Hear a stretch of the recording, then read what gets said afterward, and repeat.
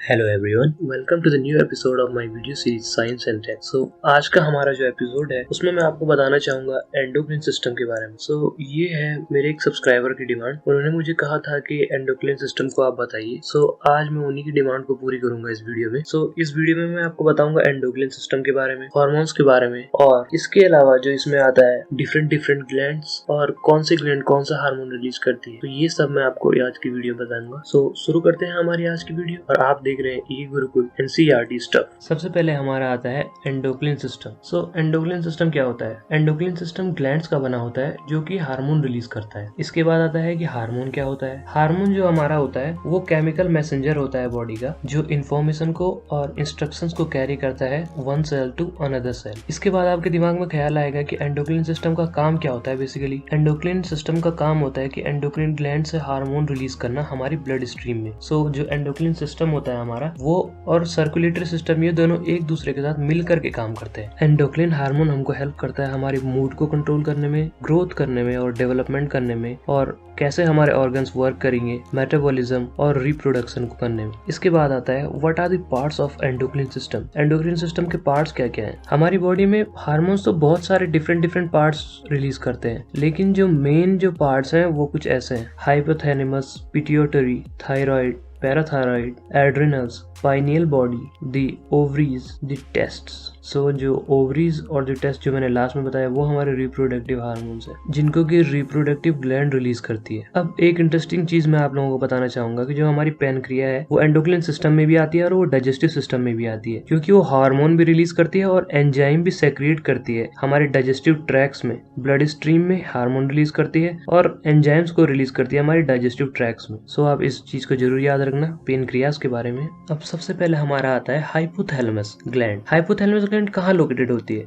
ये होती है लोकेटेड हमारी lower central part of brain में, और ये लिंक करती है हमारी एंडोक्रिन सिस्टम को नर्वस सिस्टम के साथ। हाइपोथैलेमस में जो नर्व सेल होती है वो केमिकल बनाती है जो कंट्रोल करती है हमारी पिट्यूटरी ग्लैंड से जो हार्मोन रिलीज होते हैं उनको। इसके बाद हाइपोथैलेमस इंफॉर्मेशन गेन करती है जो कि ब्रेन के द्वारा सेंस की जाती है, और उस इंफॉर्मेशन को पिट्यूटरी को सेंड कर देती है। ये इंफॉर्मेशन इन्फ्लुएंस करती है, पूरे तो प्रभावित करती है हार्मोन्स को जो कि पिट्यूटरी ग्लैंड बनाती है और रिलीज करती है। आई होप आप लोगों को हाइपोथैलेमस ग्लैंड का काम समझ में आ गया होगा। अगर आपको समझ में नहीं आया तो आप एक दो बार वीडियो को और देखना, आपको बिल्कुल क्लियर हो जाएगा। इसके बाद आती है हमारी पिट्यूटरी ग्लैंड। पिट्यूटरी ग्लैंड जो लोकेटेड होती है हमारी, वो ब्रेन के बिल्कुल बेस में होती है, और ये इतनी छोटी होती है जैसे कि एक मटर का दाना। ये होती तो छोटी है, लेकिन इसको कहते हैं हम मास्टर ग्लैंड। बोले तो सब जितने भी हार्मोन रिलीज होते हैं उन सब की मास्टर यही होती है। जो भी हार्मोन ये बनाती है वो कंट्रोल करते हैं अदर एंडोक्रिन ग्लैंड्स को, इसीलिए हम इसको कहते हैं मास्टर ग्लैंड। पिट्यूटरी ग्लैंड हमारी बहुत सारे हार्मोन्स को बनाती है। इसमें जो सबसे पहले आता है हमारा ग्रोथ हार्मोन, जो हमारी बॉडी में ग्रोथ को स्टिमुलेट करता है, जैसे कि हमारी बोन्स को बढ़ाना, टिश्यूज को बढ़ाना, और इसका बहुत ही बड़ा रोल होता है न्यूट्रिशन और मिनरल्स को हैंडलिंग करने में। इसके बाद आता है हमारा प्रोलैक्टिन। प्रोलैक्टिन बेसिकली क्या होता है कि जो औरतें होती है हमारे यहाँ, उनमें जो ब्रेस्ट फीडिंग होती है वो इसी हार्मोन की वजह से होती है।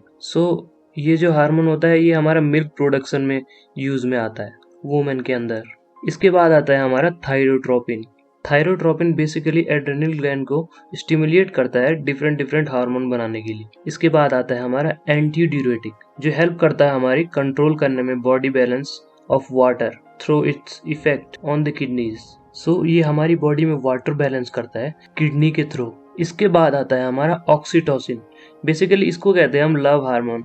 लव हार्मोन क्यों कहते हैं, इसके पीछे एक रीजन है। जब हम किसी के क्लोज कांटेक्ट में आते हैं, जैसे कि किसी को हम हग करते हैं, हम किस करते हैं, हम उसको एम्पैथी दिखाते हैं, हम उसको ट्रस्ट करते हैं, सेक्सुअल एक्टिविटीज में इंडल्ज होते हैं या रिलेशनशिप बिल्ड करते हैं, तो उस टाइम पे ये हार्मोन रिलीज होता है, और ये एसोसिएट होता है हमारे जैसे चाइल्ड बर्थ में और ब्रेस्ट फीडिंग के टाइम पे भी। इसीलिए इसको कहते हैं हम लव हार्मोन।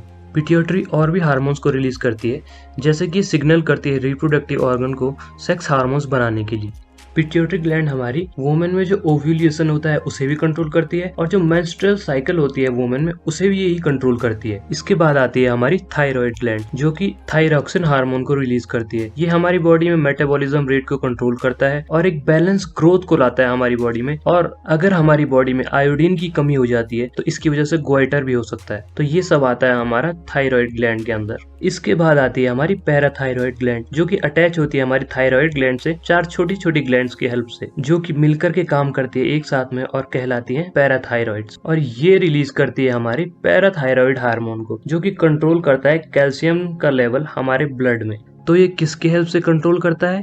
ये हेल्प से कंट्रोल करता है कैल्सिटोनिन की, जो कि हमारी थायरॉइड ग्लैंड बनाती है। इसके बाद आती है हमारी एड्रेनल ग्लैंड।